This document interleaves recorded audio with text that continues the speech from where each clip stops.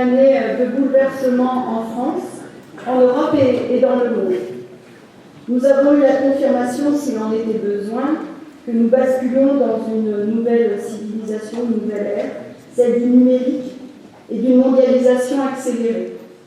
Le temps des incertitudes, mais aussi une période riche de nouveaux métiers, un potentiel de développement, de nouveaux secteurs de pointe, de nouvelles opportunités, de nouveaux acteurs sont apparus. Alors nous avons un enjeu pour les années à venir. Dans un monde en plein bouleversement, répondre aux besoins de protection et de formation, donner à chacun les moyens de s'adapter, de trouver sa place et de s'épanouir, refuser les discours fatalistes, donner l'envie de se dépasser afin d'affronter les défis qui se présentent à nous, préférer l'espoir, l'action à la peur du lendemain. Nous n'avons pas encore compris qu'il s'agit d'un immense privilège que de vivre sur notre planète. Il faut prendre soin de la Terre alors que certains la voient comme une ressource à exploiter sans cesse. L'écologie doit être une conscience pour chacun d'entre nous. Dans une société de plus en plus mondialisée, globalisée, la commune est un pilier fondamental de notre pays et de notre démocratie.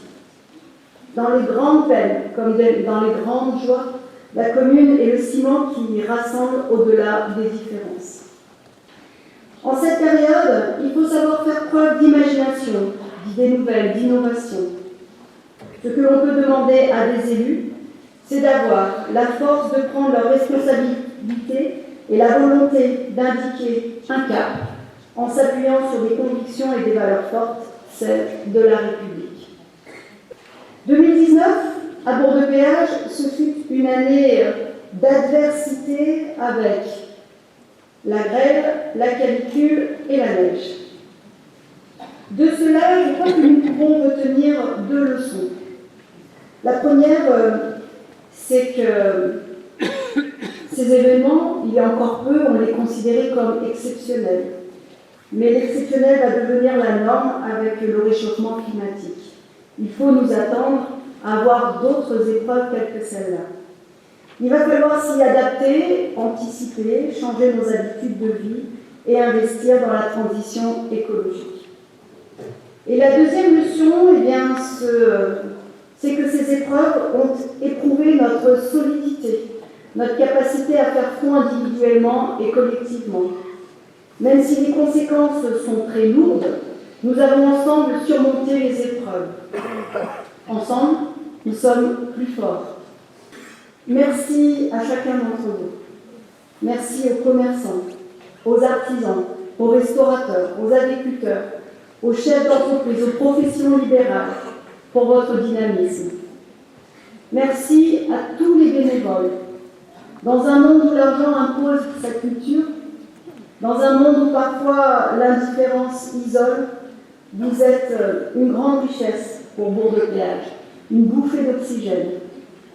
Merci aux enseignants, aux parents d'élèves, vous qui nous investissez pour nos écoles et pour nos petits péageois, l'avenir.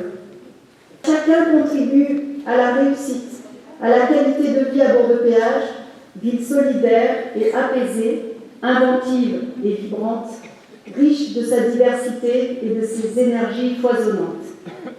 En 2020, dans un monde si instable, avec tant de défis à relever, inspirons-nous de cette phrase de Martin Luther King. J'ouvre les guillemets. Nous sommes condamnés à vivre ensemble comme des frères et sœurs, sinon nous mourrons ensemble comme des idiots. Alors je vous rassure, nous ne sommes pas des idiots. Donc nous avons toute la vie devant nous et en attendant, tous mes meilleurs vœux pour cette nouvelle année 2020. Merci.